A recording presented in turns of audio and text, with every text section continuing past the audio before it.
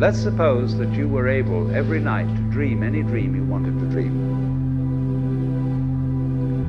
And you would naturally, as you began on this adventure of dreams, you would fulfill all your wishes. You would have every kind of pleasure you conceived. And after several nights, you would say, well, that was pretty great. But now let's have a surprise. Let's have a dream which isn't under control. Well, something is going to happen to me that I don't know what it's going to be. Then you would get more and more adventurous, and you would make further and further out gambles as to what you would dream. And finally, you would dream where you are now.